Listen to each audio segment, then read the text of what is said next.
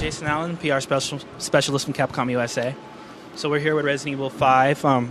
We are following the exploits of Chris Redfield here and Sheva Alomar. Chris, you might remember from the original Resident Evil, and this takes place 10 years after the events of the first Resident Evil. He's accompanied here by Sheva Alomar, and they are in the town of Kajuju looking for the roots of the sinister virus that has plagued so many people throughout the Resident Evil series. So as you can see, Chris is capable of a lot of things that you might be familiar with from Resident Evil 4. Just real quick, the 180 works the same way here. The interact with Sheva Alomar, you actually hit for the 360, it's the B button, and that's all her interaction is with that B button. So we're going to come in right here and trigger the first cutscene. A lot of the environment is interactive, and that's how you kind of make best of the situation when you have a hostile situation going on.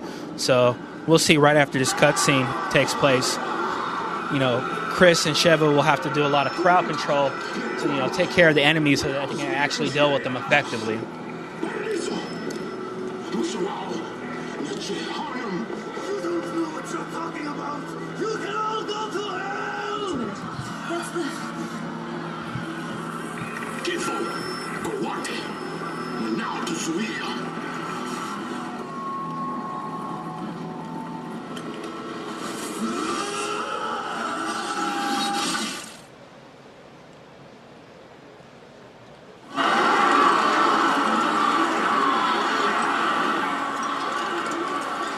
I just like playing this build over and over again just because, all the detail you can see that, Takeuchi and his team has invested here.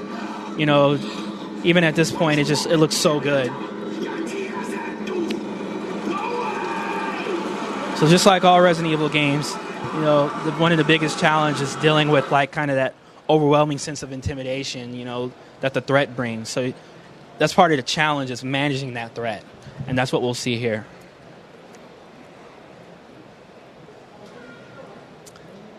Right here. So I'm going to run over here real quick.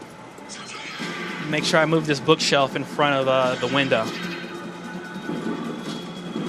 And that's one of the key things to keep in mind, is to be aware of the environment and how you can use it to your advantage. I'm actually going to call Sheva over here, and I'm going to ask her to move it. She's going to move it. And then I'm going to run around looking for ammo.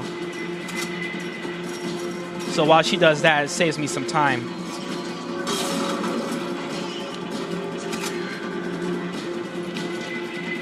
I'm going to run behind this plank here, and as the enemies come through, I'm just going to pop off. I'm going to tell Sheva to get back here with me so she can be as protected as well. And then we're going to go off and shoot.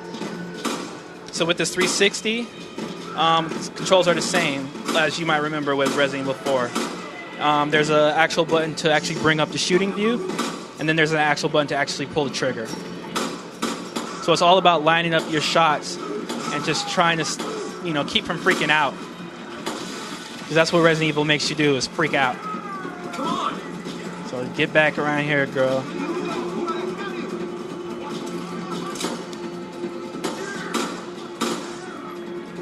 And as you can see, they have problems getting over here to me. They're not going to be able to run over and just grab me and start strangling me as they would if I was putting myself out there in the middle of the room where they could just get their arms around me and take me down. So as you can see, that guy would have got a hold of me had I not been behind this protective wooden plank. The locals are hostile. The gate is sealed, and we're trapped. We need backup, and we need it right now.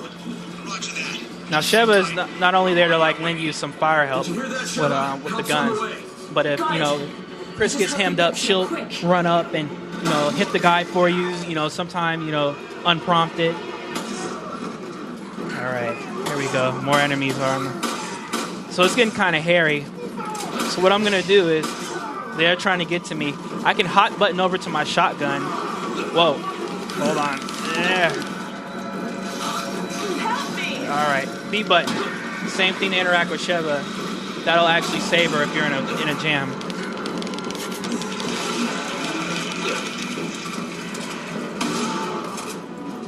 See? You know, I have nothing to prove, so let me get out of here.